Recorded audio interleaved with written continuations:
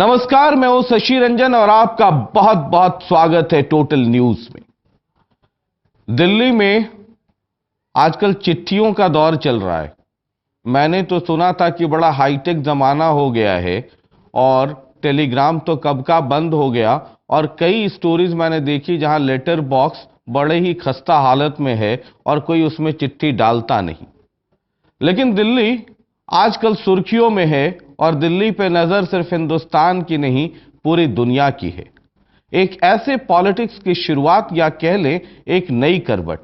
मेरी बात हो रही थी किसी से, कोई बहुत ही सीनियर है, वो कह रहे थे कि हिंदुस्तान की पॉलिटिक्स पे नजर डालिए, हर 10 साल में एक इंसिडेंट ऐसा कुछ ना कुछ जरूर होता है और तब इंडियन पॉलिटिक्स की बात जरूर होती है। दिल्ली, यहां शह और मात का खेल चल रहा है।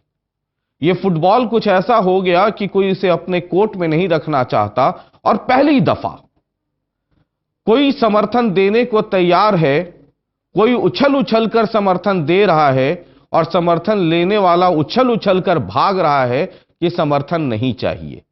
वरना अब तक तो जो हम पत्रकारिता में, जर्नलिज्म में स्टोरीज कवर करते रहे हैं, ये करते रहे, ये दिखाते रहे, ये पता करते रहे कि कौन कितने में बिका और कौन सी पार्टी कब टूटी और किसको समर्थन कैसे दिया, रात रात भर हम फॉलो करते रहे। लेकिन यहां रात तो छोड़िए, दिन में भी कहीं कुछ नजर नहीं आता, और नजर आता है तो सिर्फ चिट्ठियां। अरविंद केजरीवाल साहब आज पहुंच गए एलजी हाउस। हालांकि हमने आपको उनके घर से निकलने के पहले ही बता दिया था कि चिट्ठी में लिखा क्या है। बताने वाले ने सब कुछ बताया, सिर्फ ये नहीं बताया कि वो मियाद कितने दिनों की वो मांगने जा रहे हैं। लेकिन मेरी उम्मीद थी कि वो कम से कम 15 दिन, 10 दिन, हफ्ते दिन तो जरूर मांगेंगे। हुआ भी कुछ वैसा ही। यह अनोखा खेल है। लेकिन जरा आज जब हम इस वक्त हाजिर हुए हैं, एक पैनल भी बहुत बेहतरीन पैनल है, उससे उनसे भी आपको इंट्रोड्यूस करवाते हैं। लेकिन जब कांग्रेस और बीजेपी उस चिट्ठी का जवाब तैयार करने में और उसका जवाब देने में लगी थी, अरविंद केजरीवाल अपने टीम के साथ, अपने साथियों के साथ एलजी हाउस से निकले, वापस अपने घर, उसी कौशांबी वाले घर में आ गए और उसके बाद भूल गए कि कोई चिट्ठी भी लिखी थी। उनके कुछ सिपाही मीडिया पर आते रहे, जवाब देते रहे, लेकिन अंदर एक टीम बैठी थी जो आगे की रणनीति तैयार करती रही। इस वक्त जब हम ये कार्यक्रम कर रहे हैं, तब भी बैठकों का दौर चल रहा है, और सुबह जब अरविंद केजरीवाल एलजी के घर से, एलजी हाउस से वापस अपने घर लौटे, तब से लेकर अब तक एक मीटिंग चल रही है लगातार। और वो मीटिंग इसको लेकर है कि हरियाणा में संगठन कैसे खड़ा किया जाए।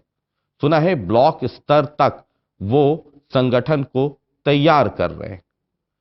क्या यह अब मान लिया जाए कि दिल्ली एक पायलट प्रोजेक्ट था और उस प्रोजेक्ट में सफलता पाने के बाद अब आपकी विस्तार योजना है, और विस्तार योजना की पहली कड़ी और पहली सीढ़ी हरियाणा है। एक बेहतरीन पैनल, जरा हम समझने और आपको समझाने और खुद भी समझने की कोशिश करेंगे। जरा शुरू करते हैं आप वार हरियाणा टू, दिल्ली टू हरियाणा।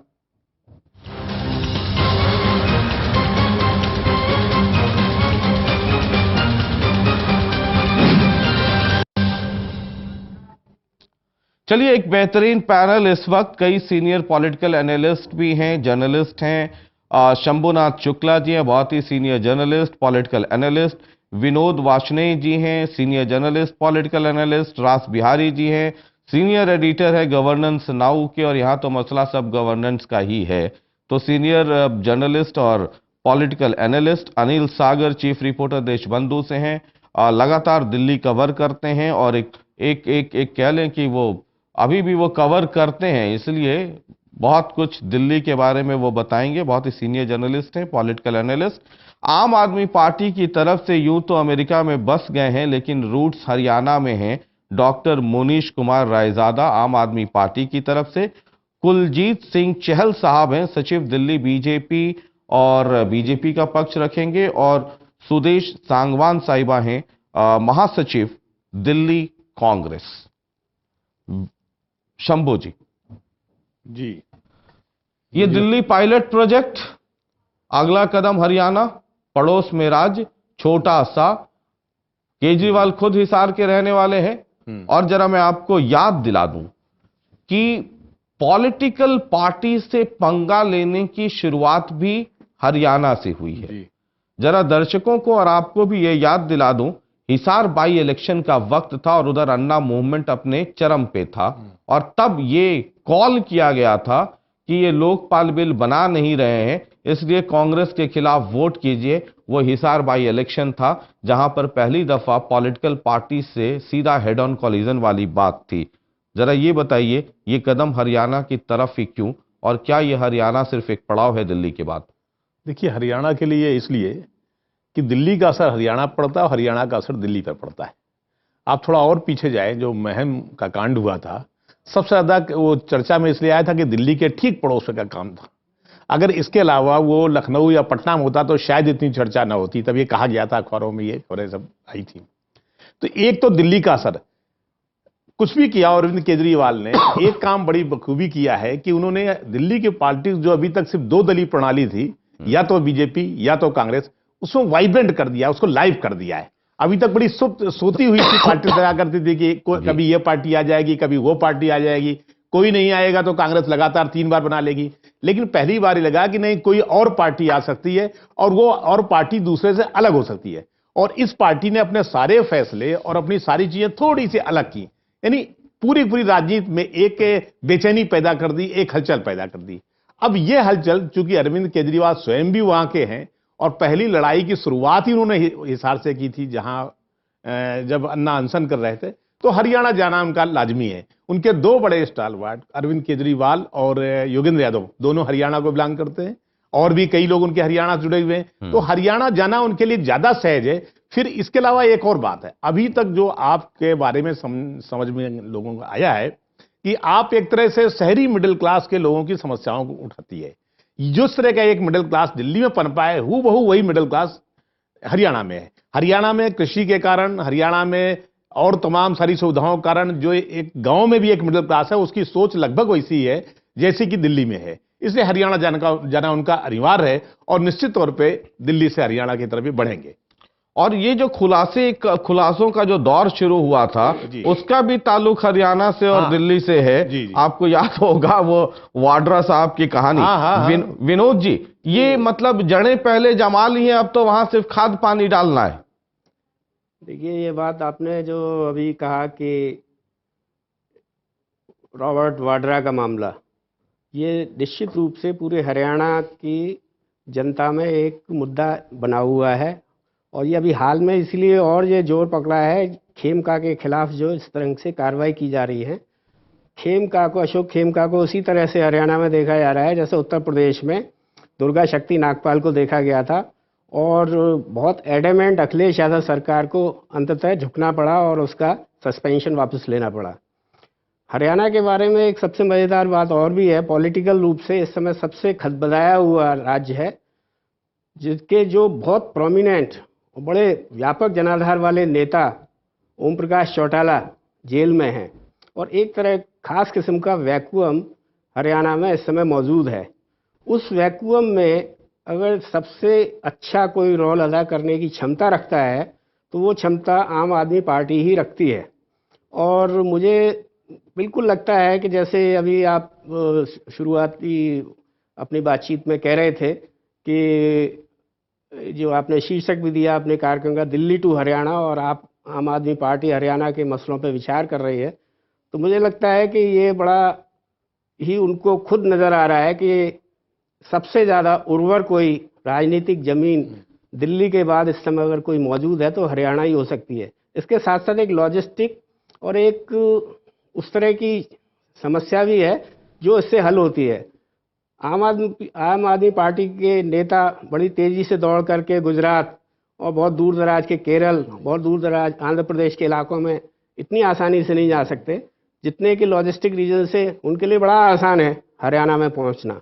और जैसे कि शंभूनाथ जी बोल भी रहे थे कि हिसार के खुद रहने वाले हैं, आपने भी कहा कि हिसार एक परीक्षण के रूप में हिसार उपचुनाव के दौरान परखा जा चुका है, वहाँ की राजनीतिक क्लाइमेट को परखा जा चुका है। और चूंकि वो खुद हरियाणा की जन संस्कृति, मौजूदा गवर्नेंस की अपसंस्कृति, राजनीतिक भ्रष्टाचार और आर्थिक भ्रष्टाचार, सब चीज़ों से लेकर के वो लोग वाकिफ़ हैं। और उनके जो एजेंडा है, जो उनका मैनिफेस्टो है, जो आज दिल्ली के उपराज्यपाल को लिखे गए 18 सूत्री उस एक तरह से शर्तों में परिलक्षित होता है, वो सारी की सारी चीज़ें बेशक वो दिल्ली के संदर्भ में कही गई हैं, वो हूबहू रेप्लिकेबल हैं हरियाणा में भी। तो मैं समझता हूँ कि वहाँ जाने की अगर ये सोच रहे हैं तो टैक्टिकली भी और पॉलिटिकली भी उनके लिए, क्योंकि ये सवाल हम इसलिए भी उठा रहे हैं कि पूरी दिल्ली इसमें व्यस्त है कि वो चिट्ठियां जो लिखी गई हैं वो लिखी गई 10, 11, 12 बजे दिन में, वो रिलीज हो गई, मीडिया में आ गया, सबने पढ़ दिया, सुना दिया। पूरी दुनिया इसमें व्यस्त है कि उन चिट्ठियों का जवाब क्या आएगा और आगे क्या होगा। ये तो मान के चलिए कि दिल्ली में चुनाव होगा, अब कोई दूसरा रास्ता है नहीं, राष्ट्रपति शासन लग जाएगा, एक समय सीमा है, उसके बाहर आप जा नहीं सकते संवैधानिक तौर पे। तब तक सरकार का गठन नहीं हुआ तो राष्ट्रपति शासन तो खुद ब खुद लग जाएगा। रास बिहारी जी, ये सब लोग व्यस्त हैं, मीडिया भी व्यस्त है, और उधर अरविंद केजरीवाल दरवाजा बंद करके हरियाणा की रणनीति तय कर रहे हैं। अभी भी जब इस वक्त हम कार्यक्रम कर रहे हैं, हरियाणा को लेकर के बैठक चल रही है और कल 3 जगह पे गुड़गांव, रेवाड़ी और मेवात में कार्यकर्ता सम्मेलन भी रखा गया है। इनके नुमाइंदा वहां पे जाएंगे और कैसे स्वरूप तैयार हो, क्या हो, किस तरीके से एक्टिविटीज अप की जाए, और ये भी एक प्लानिंग बन रही है। जो मेरे सोर्सेज हैं आम आदमी पार्टी में, वो ये बता रहे हैं कि ये सब 10 दिन के अंदर बहुत एक्टिव तौर पे हरियाणा में दिखने लगेगा। ऐसी प्लानिंग, ऐसी रणनीति, ऐसी योजना बनाई जा रही है। सब लोग दिल्ली में व्यस्त रहेंगे और वो हरियाणा की तरफ रुख कर जाएंगे। मैं 1 मिनट आपको रोक रहा हूं, जरा दिग्विजय चौटाला जी इस वक्त हमारे साथ फोन लाइन पर बने हुए हैं। दिग्विजय चौटाला जी, आम आदमी पार्टी के दफ्तर में या अरविंद केजरीवाल के घर पे हरियाणा की रणनीति को लेकर के लगातार बैठक चल रही है जी। आईएनएलडी क्या सत्ते में आएगी? क्योंकि करप्शन एक बहुत बड़ा मुद्दा होगा और निशाने पे आपकी भी पार्टी होगी। नहीं, बिल्कुल नहीं होगा, ये सोच बिल्कुल गलत है। हम वेल प्रिपेयर्ड हैं हमारे चुनावों के लिए, हमारी तैयारी काफी लंबे समय से चल रही है और इस बात को जरूर एक्सेप्ट करते हैं कि करप्शन का जो तीर है वो हमारे तरफ कर करके कांग्रेस ने चलाया है, और वो यही सोच करके चलाया है कि 2 लोगों को जेल में डाल देना और 10 साल की सजा सुना देना। मगर जनता सच को जानती है, और सच ये है कि चौटाला साहब के खिलाफ कोई एविडेंस नहीं, कोई गवाही नहीं, कोई पैसे का लेन देन नहीं। फिर ये कैसा भ्रष्टाचार? और इस भ्रष्टाचार को भ्रष्टाचार नहीं, ये सिर्फ और सिर्फ एक साजिश है। और जनता वो ठीक है दिग्विजय, वो ठीक है, लेकिन ये एक परसेप्शन का भी सवाल है। और आम आदमी पार्टी जब वहां पे जाएगी तो सारे पॉलिटिकल पार्टीज को निशाने पे लेगी, आपकी पार्टी भी उसमें शामिल होगी। हरियाणा की जनता ने वोट डालना है और हरियाणा की जनता इस बात को बखूबी जानती है कि क्या साजिश हरियाणा के इन 2 बड़े नेताओं के साथ हुई है। मैं मानता हूं कि आम आदमी पार्टी ने बहुत अच्छा शो दिल्ली में किया है, और हम ये भी मानते हैं कि वो हरियाणा में आएंगे तो हरियाणा की राजनीति पर इस पर जरूर असर पड़ेगा। हम ये नहीं कि उनको कोई ये सोच रहे हो कि वो कमजोर प्लेयर्स हैं, मगर हम अपनी तरफ से हैं। इंडियन नेशनल लोकदल एक कार्डर बेस्ड पार्टी है जो कि किसान, गरीब, मजदूर, कमेरे वर्ग की सदैव पार्टी रही है। 24% वोट कम से कम हमें मिला है, ज्यादा से ज्यादा 33% वोट तक हमें मिला है, और मुझे पूर्ण तौर पर उम्मीद है इंडियन नेशनल लोकदल चौटाला साहब के रूप में हरियाणा प्रदेश में। अगर आम आदमी पार्टी हरियाणा में आती है तो आईएनएलडी के पर्सपेक्टिव में आप क्या देखते हैं? कितना फायदा, कितना नुकसान आईएनएलडी को और दूसरी पार्टियों को? देखिए, मुझे ऐसा लगता है कि आम आदमी पार्टी का ज्यादा प्रभाव शहरों में रहेगा, जहाँ की इंडियन नेशनल लोकदल कुछ कमजोर ग्रामीण एरिया के मुकाबले मानी जाती है। तो मुझे लगता है कि जो भी वोट आम आदमी पार्टी ज्यादा गेन करेगी वो शहरों में होगा, जो कि ज्यादा कांग्रेस का वोट बैंक है। बाकी किसी को भी लाइटली लेना, ये किसी भी पॉलिटिकल पार्टी के लिए मेरे हिसाब से ठीक नहीं रहेगा। हमें अपनी तैयारी शहरों में भी, गाँव में भी, हर इलाके में, पूरे हरियाणा प्रदेश में और ताकतवर तरीके से करनी है, और हम अगले चुनावों के लिए पूरे तैयार हैं। और मुझे लगता है कि सिर्फ इंतजार है तो हमारे दोनों के दोनों योद्धा, दोनों के दोनों बब्बर शेर जिस दिन जेल की अदालत से छूटेंगे, हरियाणा प्रदेश में बदलाव की लहर उस दिन चल पड़ेगी। चलिए ठीक है, ऐसे 3 जगह कल कार्यकर्ता सम्मेलन है, गुड़गांव, रेवाड़ी और मेवात, और अरविंद केजरीवाल के घर पे बैठकों का दौर लगातार जारी है। ब्लॉक स्तर पे कमेटी बनाई जा रही है और 10 दिन के अंदर कहा जा रहा है कि हरियाणा में आप ही आप नजर आने लगेंगे। बहरहाल चलिए ठीक है, एक और पार्टी आपके सामने होगी। बहुत बहुत शुक्रिया दिग्विजय, आपसे बातचीत करने के लिए बहुत बहुत शुक्रिया। रास बिहारी जी, ये दिग्विजय चौटाला है, चौटाला परिवार यानी देवीलाल परिवार की 4थी पीढ़ी जो आजकल अगुवाई कर रहे हैं। पिताजी और दादाजी दोनों जेल में हैं। वैसे सूरत में ये दोनों भाई आजकल झंडा बुलंद कर रहे हैं। सुना आपने क्या कह रहे हैं वो रास बिहारी जी? नहीं, वो अभी उन्होंने मुझे वहाँ उन्होंने अभी पिछले महीने एक रथ यात्रा निकाली थी, उस दौरान मुझे मिलने का मौका मिला उनसे। लेकिन मैं बात करता हूँ आपकी, पहले दिल्ली पे आता हूँ कि दिल्ली में जो हम मान के चल रहे हैं कि विधानसभा के चुनाव लोकसभा के साथ हो जाएं, ये ज़रूरी नहीं है। क्योंकि अगर उपराज्यपाल या केंद्र सरकार जब तक ये नहीं मान करती कि इसको भंग कर दिया जाए विधानसभा को, कोई विधानसभा कई महीनों तक के लिए भी निलंबित तो रह सकती है। दूसरा ये कि जो केजरीवाल ने जो लेटर लिखा है, एक कांग्रेस को लिखा है और एक बीजेपी को लिखा है, उसमें कुछ बातें ऐसी हैं जो बड़ा ये दर्शाती है कि या तो केजरीवाल जी को एडमिनिस्ट्रेशन का नहीं पता। जनता भड़काना अलग बात है कि ये शुरू से ये कहना कि हम लाल किले में, हम जो है रामलीला मैदान में आएंगे और जल लोकपाल बिल हम पारित कर देंगे उस दिन, क्योंकि जो चीज़ें विधानसभा में होती हैं वो रामलीला मैदान में नहीं हो सकती।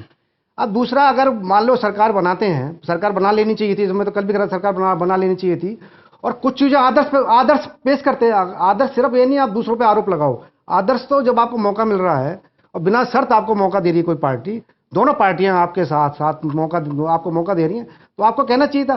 कुछ बातें तो ऐसी ना, जैसे आप कह रहे हैं कि क्या कांग्रेस हमको लाल बत्ती और वीआईपी कल्चर बंद करने में मदद करेगी, वो तो आपको खुद करनी है, उसमें कांग्रेस को क्या करना है। और ऐसे कई मुद्दे हैं, अगर पानी की चोरी रोकनी है तो पानी चोरी आपकी सरकार को रोकनी है। कई फैसले तो सरकार लेवल पे करने हैं उनको, वो जो करने को तैयार नहीं है।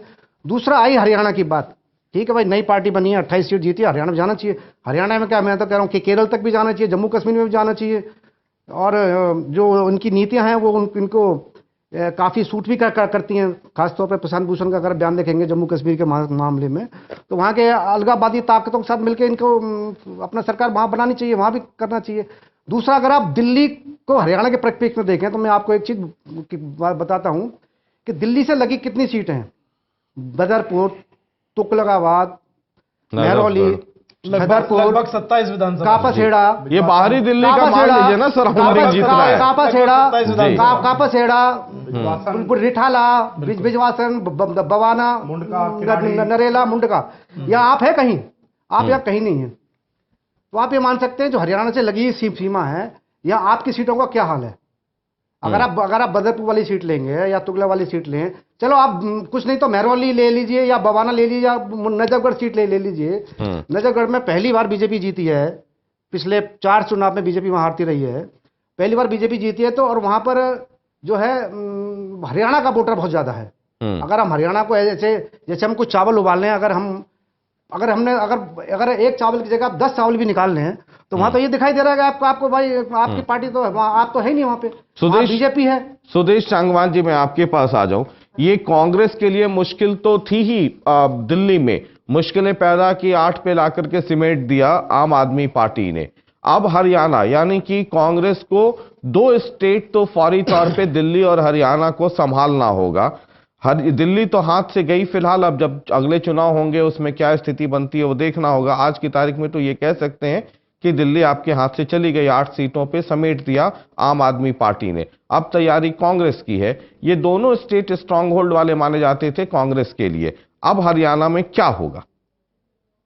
ये आपने अभी कहा कि भाई हरियाणा को ये कैप्चर करने चले हैं या हरियाणा पर राज करने चले हैं, या हरियाणा पर आपकी पार्टी का बहुमत ये ले पाएंगे, ये बात गलत है। अगर ये होती तो नजफगढ़ भी सीट आप वाली पार्टी जीतती, नरेला वाली भी जीतती, बिजवासन जीतती, मटियाला जीतती। आपका जो था ये यहीं तक दिल्ली तक था, क्योंकि दिल्ली में जो है इनको झूठ बोलना, बहकाना, झूठे वायदे करना और सब यहाँ पर, वहाँ हरियाणा में कृषि क्षेत्र है, ये राज्य है जहाँ लोग अपना खेती पर आश्रित है, और यहाँ पर सब जातियों के लोग हैं, सब स्टेट के लोग हैं, गरीबी भी है, अमीरी भी है, मिडिल क्लास भी है।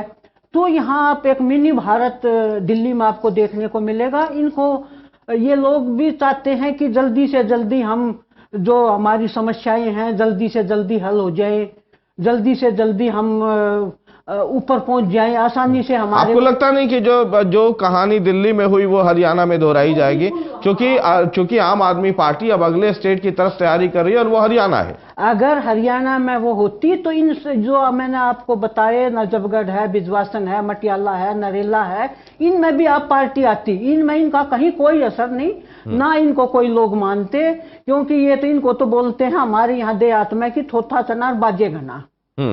तो इस कहावत पर बिल्कुल ये दिल्ली खरे में भी उतरते हैं। मैडम, ये दिल्ली में भी लोग कहते थे, बीजेपी और कांग्रेस वाले, वो तो 4 दिसंबर के पहले। ये हिंदुस्तान है, यहाँ जो झूठ बोलता है ना, झूठे वादे करता है, झूठ बोलता है। हिंदुस्तान तो ऐसा देश है, ऐसा वो है कि यहाँ सांप को भी दूध पिलाओ उसकी भी पूजा की जाती है जी। अगर आप झूठ बोलेंगे, कुछ वो करेंगे, झूठे वादे करेंगे, झूठी आप वो लेके आएंगे, अगर ये इतने ही अच्छे हैं, इतना ही देश का भला चाहते हैं, दिल्ली का भला चाहते हैं, तो अपना राज करो। जिसने करप्शन किया है, भ्रष्टाचार किया है, उस पर केस चलाओ, उसको हम तो मौका दे रहे हैं इनको।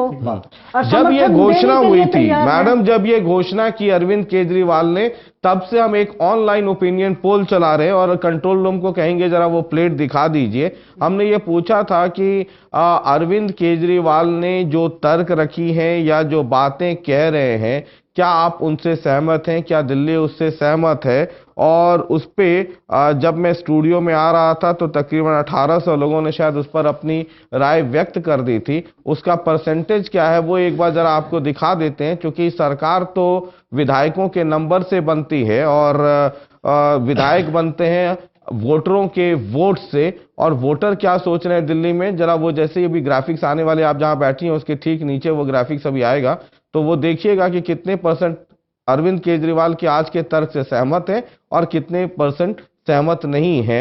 वो नो जो है, नो एन ढूंढने में बड़ा समय लगा था। ये देख लीजिए, ये हमने ऑनलाइन इस ओपिनियन पोल जो अभी भी चल रहा है, वो आप उस पे अभी भी अपने आप को रजिस्टर करवा सकते हैं। जो सहमत नहीं है, हमने पूछा था कि क्या आप अरविंद केजरीवाल के रुख से सहमत हैं? हाँ कहने वालों की तादाद आपने देख ली, ना कहने वालों की तादाद केवल 12% है। मैं जरा चहल साहब आपके पास आना चाहूं। दिल्ली के बाद मुझे याद है हरियाणा में भी मोदी जी की, ये देखिए 12% लोग कहते हैं कि हम अरविंद केजरीवाल से सहमत नहीं हैं और 88% लोग कहते हैं कि हम सहमत हैं। ये 12 और 88% ही दिल्ली के वोटर हैं, मिलाकर के 100% हो जाते हैं। इस बात को हमेशा ध्यान में रखिएगा। तकरीबन 1800 से अधिक लोग, जब मैं स्टूडियो में आ रहा था तब तक इस पर वोट पोल कर चुके थे। चहल साहब, दिल्ली में मुश्किलें हैं आपके लिए, हरियाणा में हरियाणा जनहित कांग्रेस के साथ आपका गठबंधन हुआ और अभी आपने दिग्विजय चौटाला जी को सुना और रामविलास शर्मा जी जो हरियाणा के बीजेपी प्रदेश अध्यक्ष है वो फोन लाइन पे जुड़ गए। उसके बाद चहल साहब मैं आपके पास आता हूं। रामविलास जी बहुत बहुत नमस्कार है, शशि रंजन बोल रहा हूं टोटल न्यूज से। अरे शशि रंजन झा नमस्कार, थैंक यू जी। नमस्कार तो बहुत आप उत्साहित होकर कह रहे हैं, लेकिन एक सूचना है मैं आपको देना चाहता हूं, वो उत्साहवर्धक नहीं होगा आपके लिए। आम आदमी पार्टी लगातार आज दिन भर बैठक कर रही है कि हरियाणा में ब्लॉक स्तर पर कमेटी बनाई जाए। जी जी जी। अब ये इसके बाद आपकी आवाज धीमी हो गई, मैं समझ नहीं पाया क्यों। नहीं आवाज धीमी का शशि रंजन क्या मतलब? जी, ये कितना असर पड़ेगा आपका, आपके प्रदेश में कितना असर पड़ेगा? देखिए शशि जी, आप बहुत विद्वान पत्रकार हैं, आपका विश्लेषण बड़ा सही होता है। दुर्भाग्य से सर अब क्या करूं मैं, हो जाता है जी। और दिल्ली में अन्ना हजारे बाबा के आंदोलन में ये दिल्ली वालों के सामने दिखाई दिए। हरियाणा से बहुत सारे लोग आए थे उसमें। बाबा रामदेव और अन्ना हजारे दो बड़े आंदोलन दिल्ली में हुए, उसमें अरविंद जी केजरीवाल का चेहरा लोगों के सामने आया। और उसके बाद अन्ना बाबा आज भी आमरण अनशन पर बैठे हैं अपने उद्देश्य को लेकर के। और कल इनके केजरीवाल जी के प्रवक्ता को उन्होंने गांव से चले जाने को भी कहा जी। तो दिल्ली में जो अन्ना बाबा का आंदोलन था उसको राजनीतिक तौर पर संगठित किया, अरविंद जी ने मेहनत किया और दिल्ली में एक पार्टी का रूप दिया। दिल्ली के लोगों ने भी इनको 28 विधानसभा सीटें दी, परंतु पार्टियां बनने में पार्टियों के लिए जाने खपती है। आज बीजेपी तो हरियाणा में उनका स्वागत है, वो ब्लॉक लेवल पर क्यों बूथ लेवल पर उनको संगठित करें, उससे हमको तो लाभ ही होगा। वो कह रहे हैं कि ब्लॉक लेवल पे वो कर देंगे और ब्लॉक लेवल वाले बूथ लेवल पे कर लेंगे। नहीं, अच्छा है। अरविंद जी उत्साही आदमी हैं, उनके बड़े दूर दूर तक संबंध है। मैं नहीं शर्मा जी, आप जो कि बहुत ही सीनियर लीडर हैं और बहुत ही आपका तजुर्बा है, तो मैं तो आपके तजुर्बे का थोड़ा सा लाभ उठाना चाह रहा था ये समझने में कि अरविंद जी के उत्साह का बाकी पार्टियों पे क्या असर पड़ेगा। क्योंकि जो मेरी थोड़ी बहुत समझ है वो ये है कि मिडिल क्लास में पेनिट्रेशन है शहरी इलाके में, और जहां तक मुझे थोड़ी बहुत बीजेपी की हरियाणा की समझ है वहीं आपका भी पेनिट्रेशन है, तो वो जो दोनों तरफ टकराव की स्थिति होगी क्या? नहीं, टकराव की स्थिति नहीं है। बीजेपी देश की सबसे बड़ी पार्टी है, वर्षों से लड़ रही है, भ्रष्टाचार के खिलाफ लड़ रही है। और दिल्ली का भी शशि जी जो परिणाम है, चुनाव परिणाम है जी, उसमें भी सबसे बड़ी पार्टी बन करके उभरी है। वोट बैंक है वो कहीं घटा नहीं है। चारों प्रांतों में बीजेपी का जो वोट बैंक है लगातार बढ़ा है। सर मैं आपकी सूचना के लिए बता दूं, एक इंफॉर्मेशन सिर्फ आप करेक्ट कर लीजिए। 2008 की तुलना में वोट शेयर बीजेपी का दिल्ली में घटा है सर, सिंगल लार्जेस्ट पार्टी है। और शिरोमणि अकाली दल के साथ 32 सीटें दिल्ली में बीजेपी को मिलती है। बीजेपी प्लस जो है वो 32 सीटें, और यहाँ सरकार बनाने के लिए सिर्फ 36 चाहिए, लेकिन 32-36 में नहीं तब्दील हो पाई। वो हो जाएगी 2-4 महीने के बाद। और राजबिहारी जी भी हैं। मैंने अभी आपको बताया कि दिल्ली में 2008 के मुकाबले में वोट परसेंटेज 5% घटा है शर्मा जी, 5% घटा है। ये ट्रायंगुलर फाइट में सीटें 31 मिल गई बीजेपी को, और एक शिरोमणि अकाली दल के वो सज्जन जीते तो 32 हुई। ये ट्रायंगुलर फाइट की स्थिति है। इसको जरा मतलब ऐसा एनालिसिस कीजिए, सब लोग समझते हैं, मैं तो उसी परिप्रेक्ष्य में कह रहा हूं। और आज इसलिए पूछ रहा हूं दिल्ली टू हरियाणा क्योंकि पूरी दुनिया चिट्ठी के जवाब तैयार करने में है। और पहली बार ही दिल्ली में 30% वोट मिला है, आपको ये भी बता हरियाणा दीजिए। की परिस्थितियां बिल्कुल अलग है। हरियाणा का आदमी बहुत समझदार है, हरियाणा की जनता महान है। यह महाभारत का फैसला हरियाणा मतलब आप क्या कहना चाहते हैं कि दिल्ली की जो जनता है वो हरियाणा की जनता से थोड़ी कम समझदार है, थोड़ी बेवकूफ है? दिल्ली तो देश की राजधानी है, वहाँ की समझदार बहुत जनता है। मेरा कहने का मतलब ये जी, मैं तो बहुत छोटा सा एक सवाल कर रहा हूं। आम आदमी पार्टी का आने का असर बीजेपी के प्रोस्पेक्ट पे हरियाणा में क्या पड़ेगा? चलिए ये फोन कट गया, अच्छा ही हुआ। कई बार कड़वे सवाल के समय फोन कट जाए तो बेहतर ही होता है। लगभग जी 3% के करीब है। मैं चहल साहब आपके पास तुरंत आ रहा हूं, एक छोटा सा ब्रेक ले लेते हैं, कॉमर्शियल ब्रेक, और उसके बाद चहल साहब के बाद वापस लौटते हैं और जरा गणित हम भी समझने की कोशिश करते हैं। जी, छोटा सा कॉमर्शियल ब्रेक।